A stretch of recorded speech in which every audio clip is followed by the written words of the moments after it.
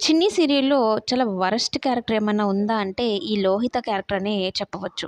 ఈవిడ అన్నీ రిచ్‌గా ఆలోచిస్తూ ఉంటుంది. మొగుడిని కూడా రిచ్‌గా ఉండాలన్నట్టు చూస్తూ ఉంటుంది. దెబ్బలు కూడా రిచ్‌గా తింటుందేమో మొగుడి చేతిలో మరి. అట్లా ఆలోచిస్తూ ఉంటుంది. ట్రిప్పులని, ఫారిన్ ట్రిప్స్ అని, ఎంజాయ్ అని అలా చేస్తూ ఉంటుంది. ఇప్పుడు మిడిల్ క్లాస్ ఫ్యామిలీలో కదా ఉండేది. కానీ కోరికలు మాత్రం వేరే లెవెల్‌లో ఉంటాయి. వాళ్ళ అన్నయ్య ఆ 2000 ఉంటే ఇంట్లో ఖర్చులకొస్తాయి అనుకుంటే, ఆ 2000 తీసుకెళ్ళి తప్ప తాగేస్తుందనమాట. ఇక చిన్ని మీద పగ పెంచుకుంటుంది. ఎప్పుడు దానిదే పెద్ద చేయిగా ఉంది. నాది లేదు. ఆ మధుమిత మీద ఎలా అయినా కక్ష తీర్చుకోవాలన్నట్టు అనుకుంటూ ఉంటుందనమాట.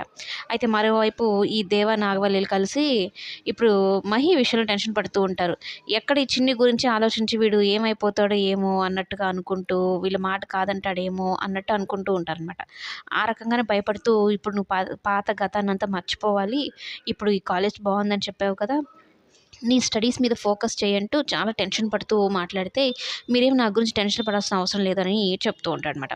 అయితే ఈ లోహిత బాగా తాగేసి ఇంటికి వెళ్తుంది. నైట్ ఎవరైనా అబ్బాయిలు తాగేసి అట్లా ఎళ్తారు. కానీ ఇక్కడ మాత్రం రివర్స్ అనమాట. ఈ లోహిత ఫుల్‌గా కొట్టేసి ఇంటికెళ్తుంది. ఆ అబ్బాయి మాత్రం ఇంటికి త్వరగా వచ్చి అమ్మకు సహాయంగా ఉంటాడు. ఇక ఈ ఈ చిన్ని చందు అడుగుతాడు సరళని. "అమ్మ చెల్లొచ్చిందా?" అంటే వచ్చిందని అబద్ధం చెప్తుంది. ఈమె సగం చెడిపేసిందనమాట ఈ అమ్మాయిని. అయితే వచ్చిన తర్వాత అరుస్తూ ఉంటే అప్పుడు చందు బయటకొస్తే, "ఏంటమ్మా ఎందుకు అబద్ధం చెప్పావు? మొదట్లోనే దీన్ని మనం కంట్రోల్ చేయాలి. లేకుంటే మన చేతికి దొక్కదు" అనేది అంటూ ఉంటే, "అవునురా ఒక్కగానొక ఆడపిల్ల.